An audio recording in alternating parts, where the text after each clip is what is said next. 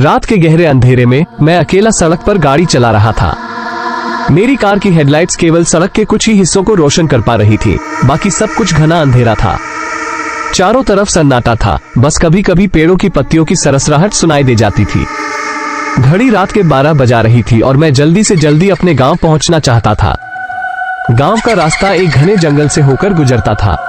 इस रास्ते पर दिन में भी कम ही लोग चलते थे और रात में तो ये बिल्कुल सुनसान हो जाता था। जैसे जैसे मैं आगे बढ़ रहा था, मुझे अजीब सा महसूस हो रहा था, जैसे कोई मुझे देख रहा हो। मैंने अपनी गाड़ी की रफ्तार बढ़ा दी, लेकिन दिल की धड़कनें तेज होती जा रही थी। तभी अचानक गाड़ी की हेडलाइट्स के सामने एक काली परछाई आई और मैं जोर से ब्रेक पर पैर रख दिया। गाड़ी एक झटके में रुक गई और मैं धड़कते दिल के साथ बाहर देखने लगा। परछाई गायब हो चुकी थी। यह क्या था? मैंने खुद से पूछा। मैंने गाड़ी की खिड़की से बाहर झांक कर देखा, पर कुछ नहीं दिखा। मैंने सोचा कि यह मेरा भ्रम होगा और फिर से गाड़ी स्टार्ट की, लेकिन अब मन में एक अजीब सा डर बैठ गया था। मैंने रेडियो ऑन कर दिया ताकि थोड़ा ध्यान बंटे, लेकिन रेडियो से भी सिर्फ शोर आ रहा था।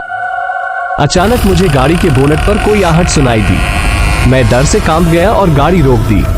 बाहर झांकने की हिम्मत नहीं हो रही थी, लेकिन मैंने खुद को संभाला और धीरे धीरे बाहर निकला। बोनेट पर कोई नहीं था, लेकिन मुझे ऐसा लगा जैसे कोई मेरे बहुत पास खड़ा हो। मैंने इधर उधर देखा, लेकिन कुछ नहीं था। मैं जल्दी से गाड़ी में वापस आ गया और गाड़ी स्टार्ट की। इस बार मैंने ठान लिया कि अब बिना रुके सीधे गांव पहुंचूंगा। जंगल का रास्ता अब और भी डरावना लग रहा था। अचानक मुझे सामने एक औरत दिखी, जो सफेद साड़ी पहने हुए थी और सड़क के बीचों बीच खड़ी थी। मैंने गाड़ी रोकी और खिड़की से बाहर झांका। वो औरत मुझे इशारा कर रही थी कि मैं गाड़ी से बाहर आऊं। मैंने सोचा कि शायद उसे मदद की जरूरत हो। हिम्मत करके मैंने गाड़ी का दरवाजा खोला और बाहर आया।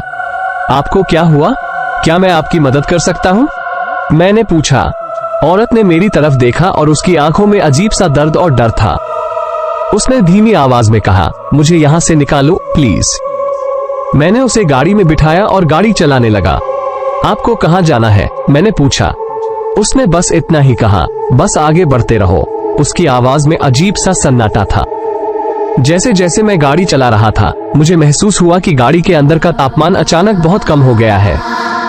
मेरी सांसें ठंडी हो रही थी और मेरे हाथ कांप रहे थे। मैंने उसे फिर से पूछा, आपको कहां जाना है? वो चुप रही और बस सड़क की ओर देखती रही। मैंने अपनी हिम्मत जुटाई और रियर व्यू मिरर में देखा। उसकी आंखें मुझ पर टिकी हुई थी और उसके होठों पर एक अजीब सी मुस्कान थी। मुझे बहुत घबराहट हो रही थी। अचानक उसने कहा, यहीं रोक दो। मैंने गाड़ी रोकी और उसने दरवाजा खोला। वो बाहर निकली और जंगल की तरफ बढ़ने लगी।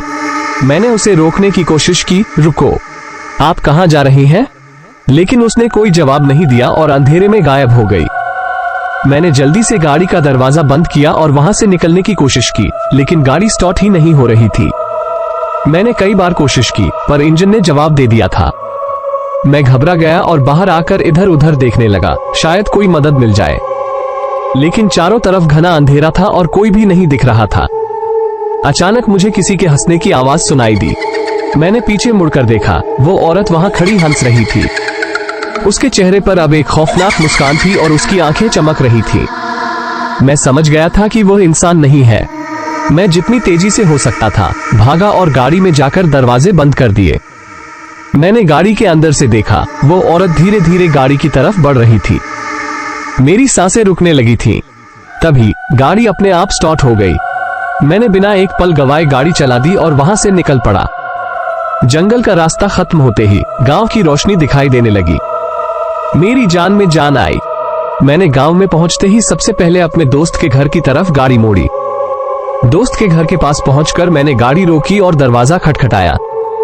मेरे दोस्त ने दरवाजा खोला और मेरी हालत देखकर घबरा गया। क्या हुआ? तुम इतने घबराए हुए क्यों हो? उसने पूछा। मैंने उसे सारी बात बताई और वो भी सुनकर हैरान रह गया। उसने कहा, तुम्हें पता है, इस रास्ते पर कई साल पहले एक औरत की मौत हो गई थी। लोग कहते हैं कि उसकी आत्मा अभी भी यहाँ भटकती है। मुझे समझ में आ गया था कि मैंने किससे सामना किया था। मेरे दोस्त ने मुझे अंदर बुलाया और पानी दिया। मैंने अपने आप को संभाला और सोचा कि यह रात मेरी जिंदगी की सबसे डरावनी रात थी। अगले दिन मैं उस रास्ते पर दोबारा कभी न जाने की कसम खाकर वापस अपने घर लौट आया। लेकिन उस रात का खौफ और उस औरत की खौफनाक मुस्कान मेरी यादों में हमेशा के लिए बस गई।